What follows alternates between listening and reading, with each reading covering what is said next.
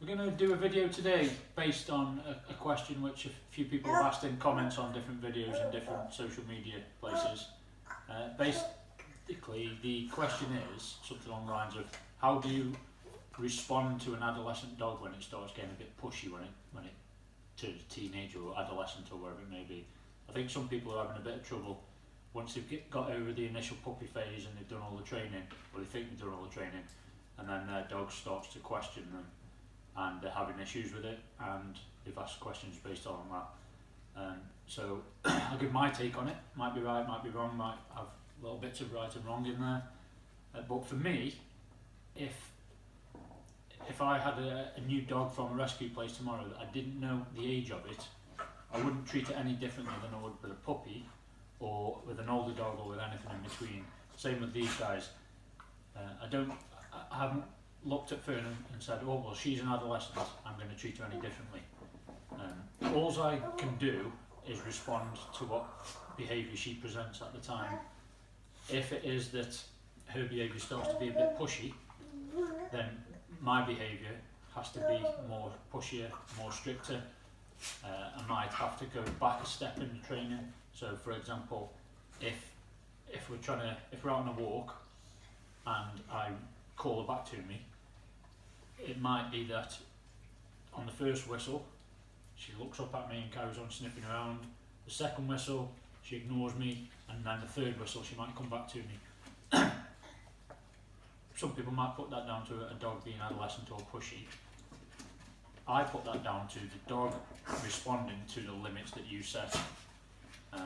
You've allowed the dog over a period of time to ignore you the first time you whistle, ignore you the second time, and then it knows, right, I better go back on the third time, mum's getting angry.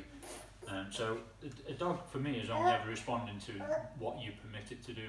So in that instance, I'll go back to doing recall in the house or in the garden, take away some distractions, make it really positive for the dog, and so she remembers, hang on a minute, every time I hear that whistle and I go running back and sit in front of him, I get loads of cuddles and loads of food and I get to play games.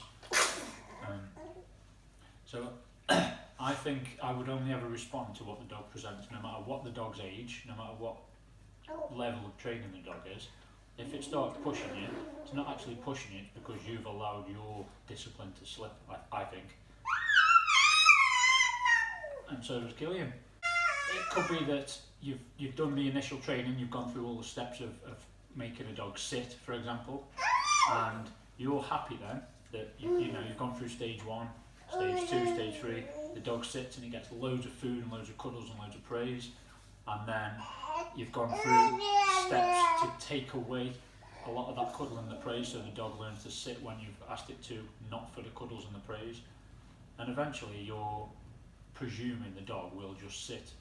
So every time you say sit, the dog gets no reward, and eventually the dog's going to start thinking, well, what's in this for me? Why should I be doing it? So you've always got to keep up the reward, you've always got to go back a step, you've always got to make it fun for the dog, even though the dog's learned it.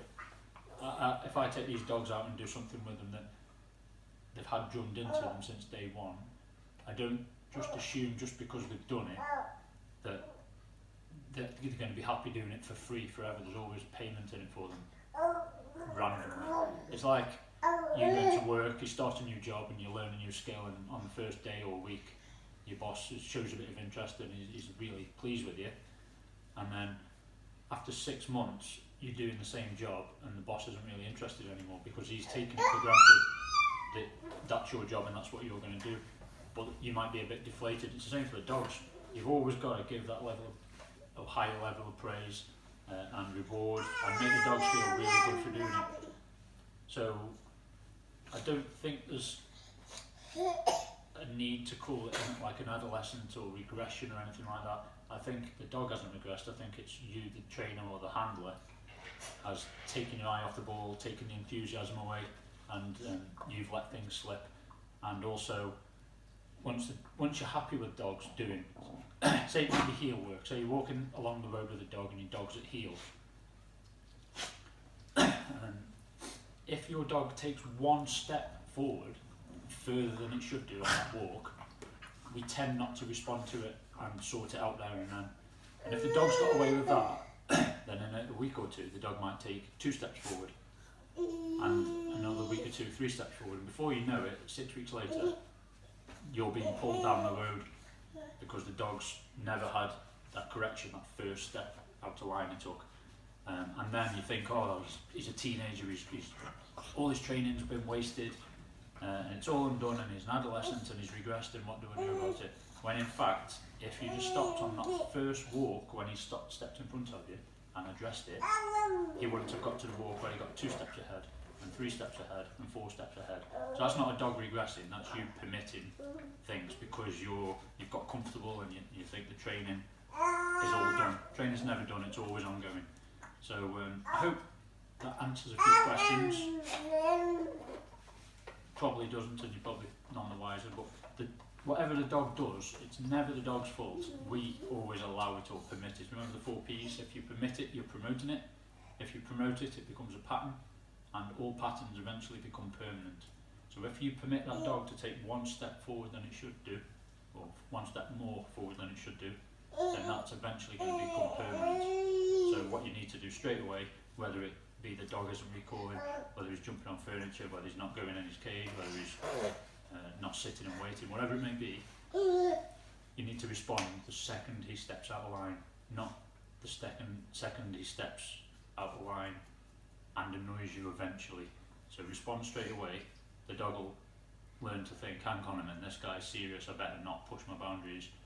And if I stay within the boundaries, there's loads of praise all the time, not just when I'm a puppy. So I hope that helps. A little bit of waffle for a Sunday morning, and we'll get some more videos done soon. Thank you for watching me and Fern. Please give us a subscribe, a like, a share, and comment below with anything you've got for us.